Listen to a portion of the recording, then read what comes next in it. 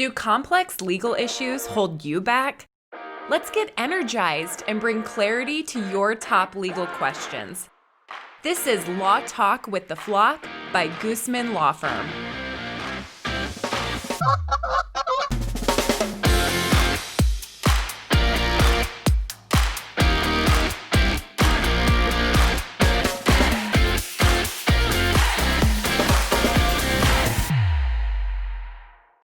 Hello, I'm Jeana Goosmann, CEO and Managing Attorney of the Goosmann Law Firm, here to walk you through the law and your life as a leader today on Law Talk with the Flock. And I'm really excited to have with me Larry Roland. Larry is an attorney at the Goosmann Law Firm and co-leads our litigation practice area. Welcome, Larry. Hello, Jeana. Thank you for having me today. Excited to have you on, and we're going to talk about business owners and businesses and when they should file a lawsuit. I think that you're uniquely equipped to talk about this today, Larry. Yes. For about 20 years before I got into the world of law, I was in the business world and ran my own businesses, ran other people's businesses, and so on an almost daily basis interacted with the law, unaware of what I was really truly doing and interacting with the law. Is almost gives me an unfair advantage because I know what that business owner is going through. I know what those decision points are, what those stress points are, and just trying to make sure they understand the tools that the law can provide for them and how litigation can protect their assets. I also think you have a unique experience in the courtroom and a great advantage because you too have some media background. Maybe you could share that with our listeners, Larry. I used to have. I've got a face for TV. I have a voice for TV. I have a face for radio. That's how it goes. I have a face for radio. But for many years back in Washington D.C. and then in Nashville, I was on television. And through my different campaigns in the Omaha area, I am not camera shy. I am not a camera novice. If need be, I could probably fill 20 hours of content on a daily basis. That's not good for anybody. So we got to make sure we stay on track because I can get into the weeds in lots of different tangents. Well, we're not going to do a 20-hour podcast marathon today, but we will do about a 20-minute one. So. Okay. All right. I'll meet you there. Sounds great. And Larry, also, you have a newborn at home, I know. Beatrice is 15 weeks. She had rounded the corner for a little bit where she was sleeping through the night from about 10 p.m. till about 5 a.m. And she has decided she doesn't like that anymore. She misses her late night TV, early morning TV with dad. So she's back up at about 4. So that's when I start my days.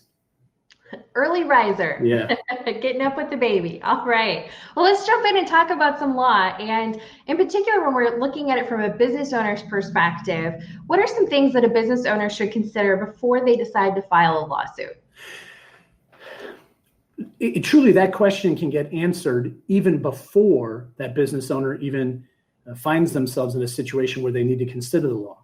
Because as a business owner, there's a thing that you do. There's a passion that you have. There's a craft that you excel in. There's something that you have turned into a business. You might not be the best at running a business, but you're really good at this thing that makes up your business. And so you've done some prep work and you've said, I probably need to make sure I've got a lot of stuff in writing and I've got to make sure that I've got the right people around me, whether it be an accountant, whether it be a business planner, whether it be an attorney. So there's, since day one, when you came up with this idea for your business, you've been accumulating information, paperwork. And I hope you have most of that stuff organized because it's the benchmark for what we're going to use, because you can't have a lawsuit unless you don't know where you were, where you currently are, and where you want to go. And is there something that's currently impeding where you are and where you want to go that you need to address? An uncooperative vendor, a client who owes you money. A landlord who is not being accommodating, who isn't taking care of the commercial property that you have. There's lots of different scenarios where a business owner needs to say to themselves, okay, do I have a remedy at law? And a lot of our business owner issues do stem from a breach of a contract. Yep. Really, there's an agreement, both sides had understandings, and somewhere along the way, something went wrong. Right. And as that business owner, when you contact Goosmann, when you contact any lawyer, but specifically when you're dealing with the Goosmann Law Firm, we make sure that we demark, here is what the law says. Here is where you can use the law to your advantage. Here's where that breach has happened. But it's ultimately up to you, business owner, to decide as a business decision whether you want to move forward with a potential lawsuit, whether you want to threaten litigation through a demand letter, or whether you're willing to follow through and file that suit. Because if the dispute is for $500, and again, not to downplay $500, I'll take it right now if you've got it to hand out, but if your legal fees exceed what it is that you could possibly recover for damages, then it's not a good business decision to bring that lawsuit. And while we appreciate principle, and we appreciate people wanting to hold themselves and the people that they do business with accountable, we have to understand that it is still impractical to file suits when the damages aren't excessive enough or don't justify expending those kind of times and resources. Because even if you win, it could be stressful. It could be time consuming. It can take you off of your focus for your business. And that's not good. It's hard enough to run your business, let alone run your business while you're in the middle of a lawsuit. And those are all things we factor in when we help guide a client on what they should do. And I think one of the more important things that I try and help impart on younger lawyers in particular is to tell the client, this is what I recommend and why.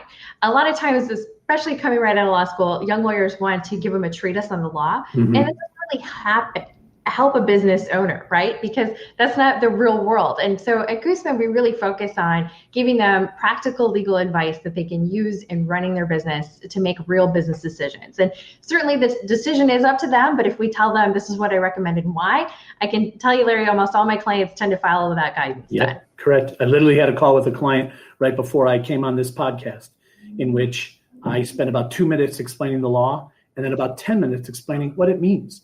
Listen, you're about to go down the potential to be an unfriendly road with a very important vendor of yours. And I get that they, in your eyes, breached the contract. And I get that you feel betrayed by them, but you need to start thinking of the forest, not just that one tree.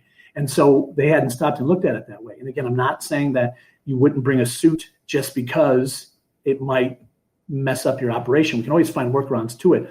But if you're not looking at the whole forest, if your client doesn't see that whole forest and they just see that one tree, and that one tree is being driven by, again, some hurt feelings, again, a good close personal relationship that they feel has been abandoned by the other side, you just have to remind them that it is more than just that one tree. Make sure you're seeing the forest. And that's where specifically my experience before the world of law allows me to understand, listen, I've considered all those things, the tax implications, literally the manpower implications of this decision, and what happens if you have to change your location or your product mix or your vendor suppliers because of this lawsuit.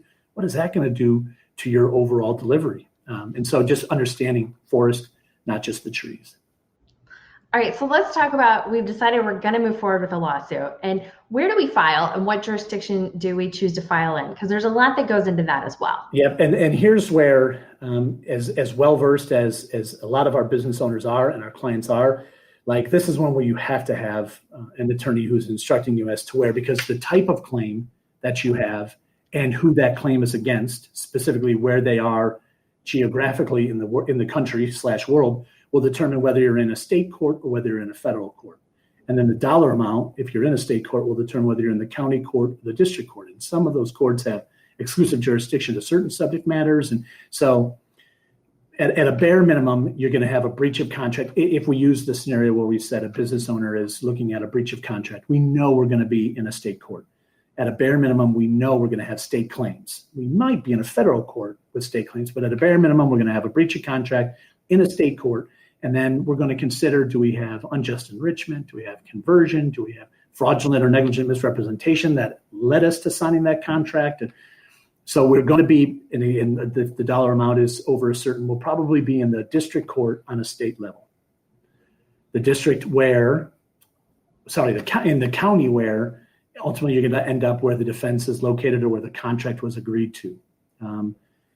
You can always put it in your backyard as the plaintiff because you're the one who files, but then a lot of times you'll get opposing counsel that will move it to a different venue. But now we're kind of getting into the weeds. Right. And state court, county. And a contract might dictate where it gets filed too, right? That's true. A lot of times contracts have a jurisdiction clause or venue clause, and people have to really pay attention to those once they've signed that agreement and now there's a dispute. And I know a lot of times the Midwest too will get agreements from clients that says, oh, the venue's in California. Why do they do that, Larry?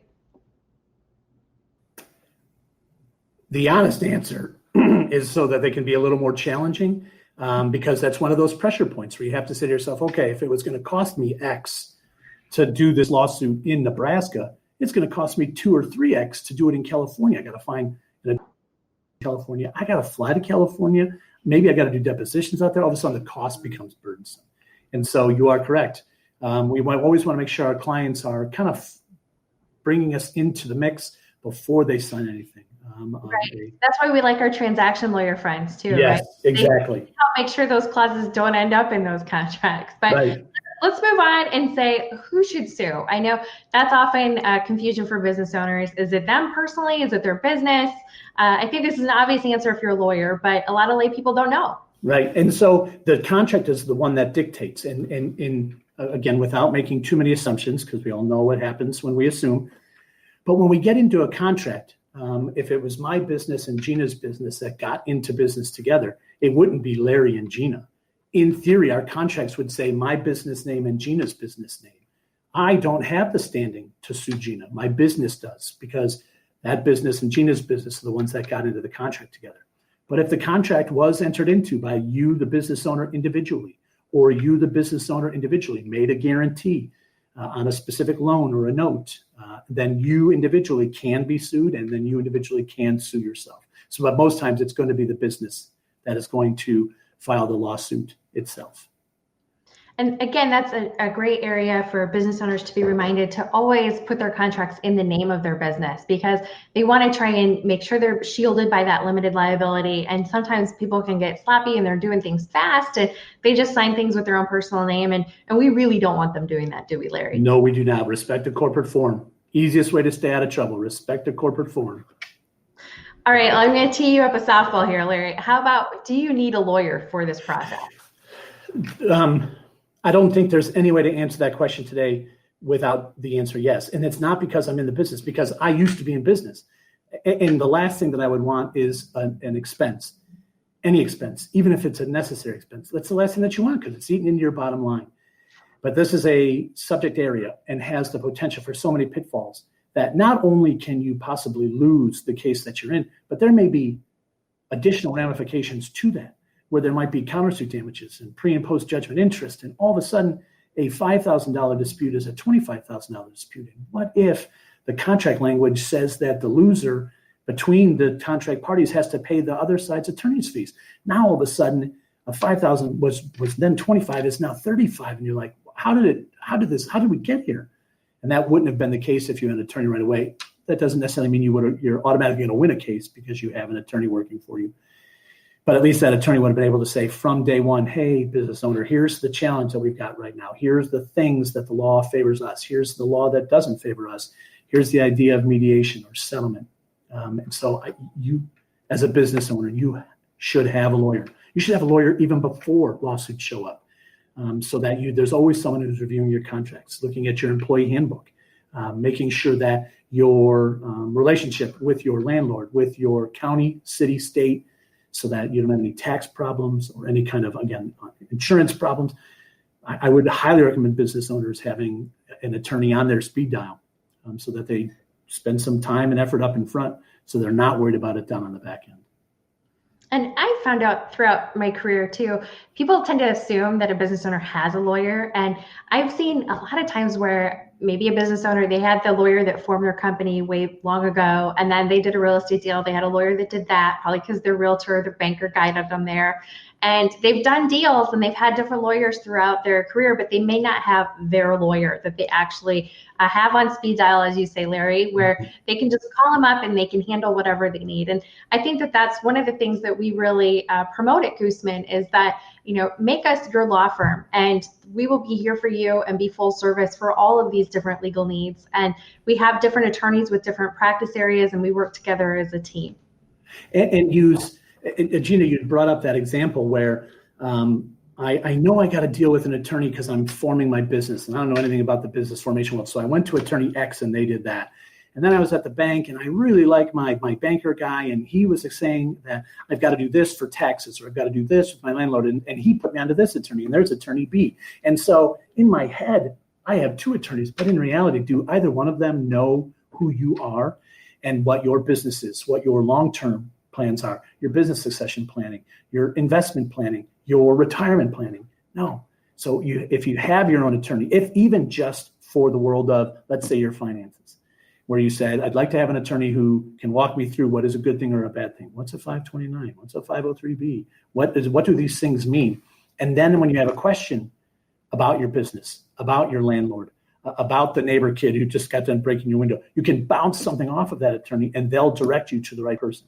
At the Goosmann world, 99% of the time, that person is inside of our own firm, whether it be in the Omaha office, Sioux Falls, or Sioux City, because the breadth of subject areas that we address at Goosmann can pretty much take care of any business owner's concerns. But at a bare minimum, we can always say, listen, that might not be something that we excel in, but here is someone who I will vouch for, who will take care of you, who will treat you like we would have treated you at Goosmann. So get that attorney. It's a long-term relationship, isn't it? It is. I had a call out of the blue from a client of mine from 4 years ago. I haven't talked to her in 4 years, and she found me. Not that I was hiding from her, and she'd said, listen, I tell everybody you're my attorney. And so whenever I have any kind of question, I always got to make sure I track you down. So, and that's a good feeling to have, because that's the service that we want to provide. That's that be worth it service that we want to provide to them. Outstanding. Well, thank you so much, Larry, for sharing your insight with everyone today. And I want to thank our listeners and remind you all to go make it worth it.